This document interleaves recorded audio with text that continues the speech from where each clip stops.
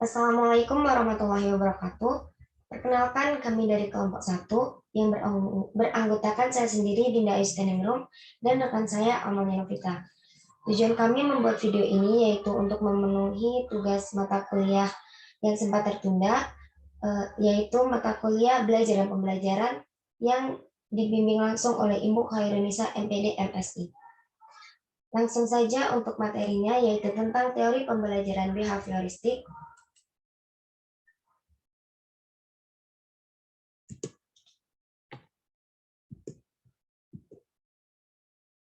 Adapun materi yang akan kita bahas diantaranya, yang pertama adalah latar belakang, ciri-ciri pengertian teori behavioristik. Yang kedua adalah tokoh-tokoh teori behavioristik. Yang ketiga, definisi belajar menurut teori behavioristik. Yang keempat, kekurangan dan kelebihan teori behavioristik. Dan yang kelima adalah pengaplikasian teori behavioristik dalam pembelajaran. Baiklah, untuk materi teori behavioristik akan disampaikan oleh rekan saya. Kepadanya waktu dan layar saya persilahkan.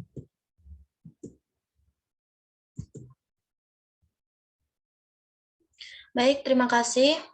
Saya akan menjelaskan mengenai teori behavioristik. Apa sih teori behavioristik itu? Secara etimologi dari kata behave dan our, yang berarti berperilaku baik.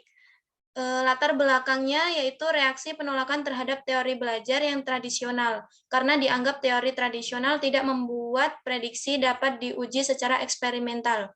Ciri-cirinya yang pertama yaitu menekankan pada pengukuran untuk mengetahui terjadi perubahan atau tidak. Yang kedua, menekankan pada terbentuknya reaksi yang tampak sebagai hasil belajar. Kemudian yang ketiga, miliki model atau hubungan antara stimulus dan respon. Yang keempat, respon atau reaksi menggunakan metode latihan atau pembiasaan.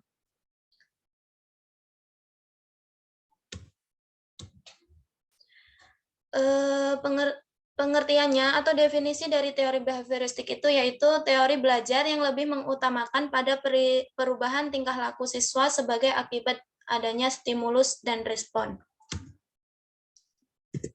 Fokus utama dari teori ini adalah perilaku yang terlihat dan penyebab luar yang menstimulasinya. Tujuan dari teori ini yaitu merubah tingkah laku dengan cara interaksi antara stimulus dan respon. Jadi, kesimpulannya, teori behavioristik merupakan teori belajar yang mengutamakan perubahan perilaku yang bertujuan untuk merubah tingkah laku dengan cara interaksi antara stimulus dan respon. Jadi, dalam teori behavioristik ini, stimulus dan respon ini berperan penting. Kemudian, yang kedua, tokoh-tokoh teori behavioristik.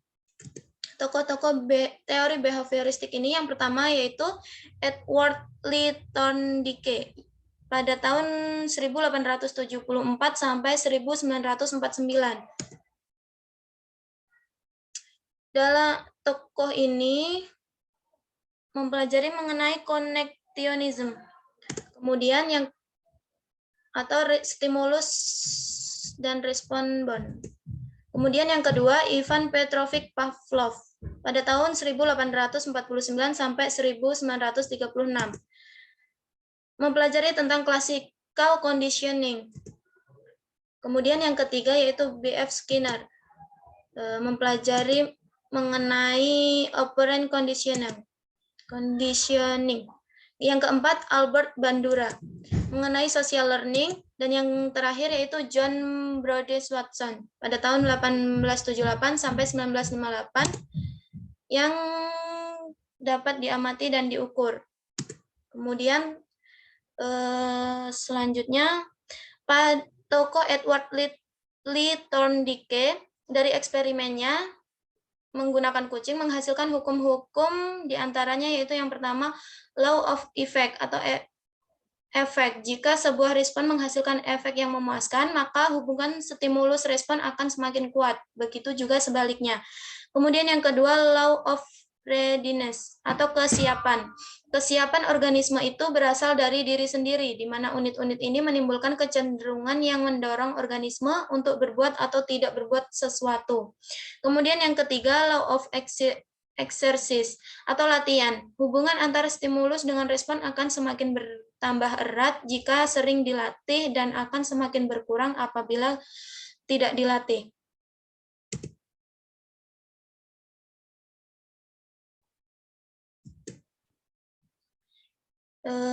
Selanjutnya, tokoh Ivan Petrovich Pavlov. Dari eksperimennya, yaitu menggunakan anjing, menghasilkan hukum-hukum belajar, diantaranya Law of Respondent Conditioning, atau hukum pengondisian respon, yakni hukum pembiasaan yang dituntut. Kemudian yang kedua, Law of Respondent Extinction, hukum kepunahan respon, yakni hukum pemusnahan yang dituntut.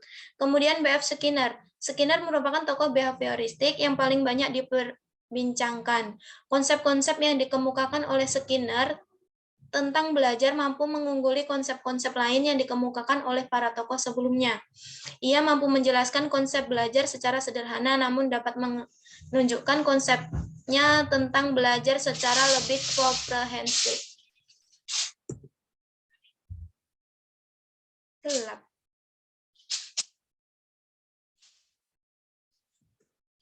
Kemudian Albert Bandura. Bandura memandang perilaku individu tidak semata-mata refleks otomatis atas stimulus atau as airborne. Selain juga akibat reaksi yang timbul sebagai hasil interaksi antara lingkungan dengan skema kognitif individu itu sendiri.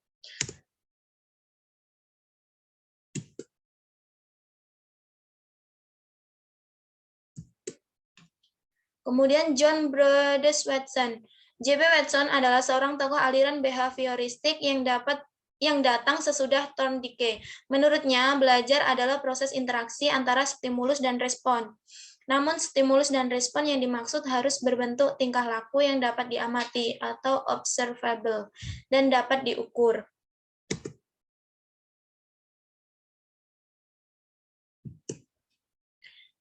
Definisi belajar menurut teori behavioristik.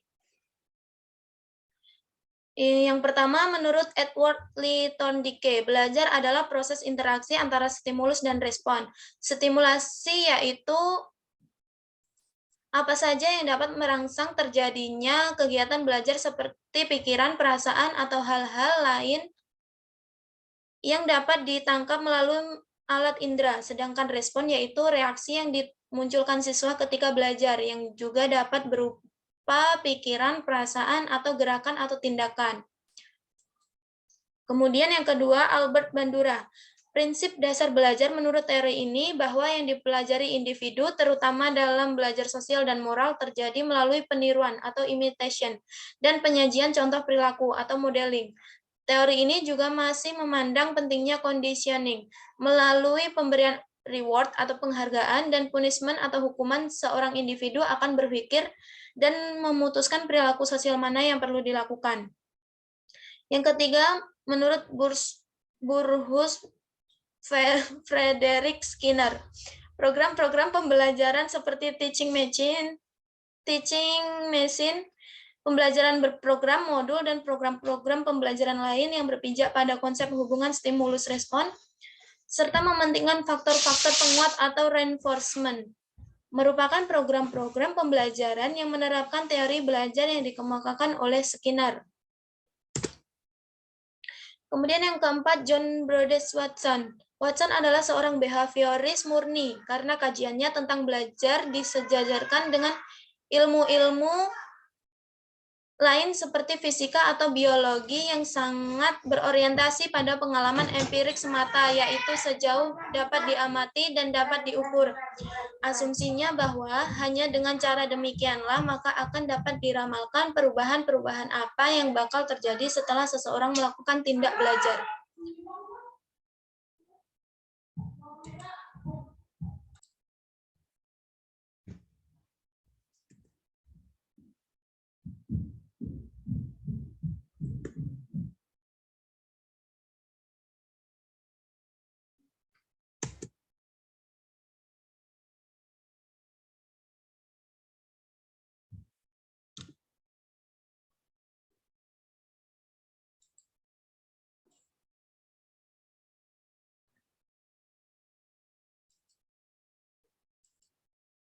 Jadi, belajar adalah perubahan tingkah laku sebagai akibat dari adanya interaksi antara stimulus dan respon. Dengan kata lain, belajar merupakan bentuk perubahan yang dialami siswa dalam hal kemampuannya untuk bertingkah laku dengan cara yang baru, sebagai hasil interaksi antara stimulus dan respon. Seseorang dianggap telah belajar sesuatu apabila ia dapat menunjukkan perubahan tingkah lakunya secara dinamis dan baik. Menurut teori ini, yang terpenting adalah masukan atau input yang berupa stimulus dan keluaran atau output yang berupa respon. Kemudian, selanjutnya saya serahkan ke moderator. Baik, di sini saya akan menjelaskan kekurangan dan kelebihan teori behavioristik.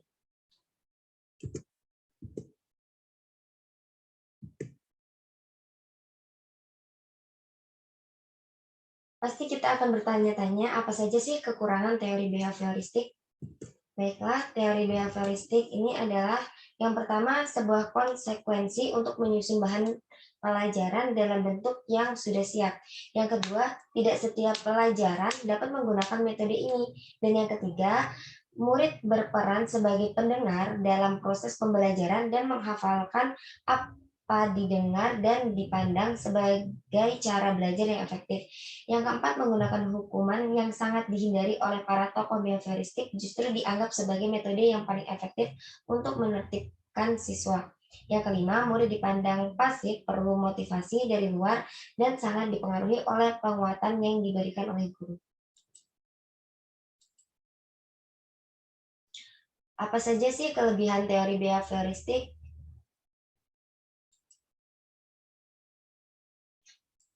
Kelebihan teori behavioristik yang pertama adalah membiasakan guru untuk bersikap jeli dan peka. Yang kedua, guru tidak membiasakan memberikan ceramah sehingga murid dibiasakan belajar mandiri.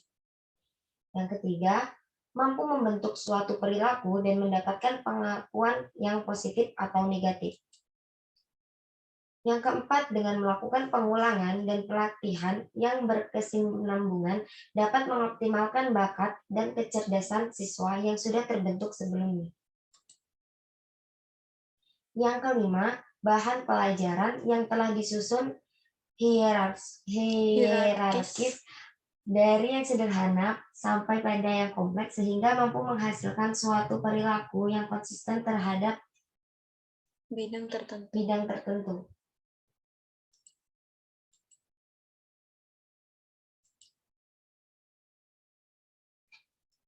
Selanjutnya dapat mengganti stimulus yang satu dengan stimulus yang lainnya dan seterusnya sampai respon yang diinginkan muncul. Teori ini cocok untuk memperoleh kemampuan yang membutuhkan praktek dan pembiasaan yang mengandung unsur-unsur kecepatan, spontanitas, dan daya tahan. Teori behavioristik juga cocok diterapkan untuk anak yang masih membutuhkan dominasi peran orang dewasa. Aplikasi teori behavioristik diantaranya kita akan membahas yang pertama prinsip-prinsip teori belajar behavioristik, yang kedua hal-hal yang harus diperhatikan guru, dan yang ketiga metode dalam teori behavioristik. Baiklah, yang pertama prinsip-prinsip teori behavioristik, yaitu teori ini beranggapan bahwa yang dimaksud dengan belajar adalah perubahan tingkah laku seseorang. Dikatakan belajar sesuatu jika yang bersangkutan dapat menunjukkan perubahan tingkah laku tertentu. Yang kedua, hasil belajar adalah perubahan perilaku yang dapat diamati, yang terjadi karena hubungan stimulus dan respon. Sedangkan proses yang terjadi antara stimulus dan respon yang tidak dapat diamati itu tidak penting. Yang ketiga, perlunya reinforcement untuk memunculkan perilaku yang diharapkan. Respon akan semakin kuat jika reinforcement baik positif maupun negatif ditambah.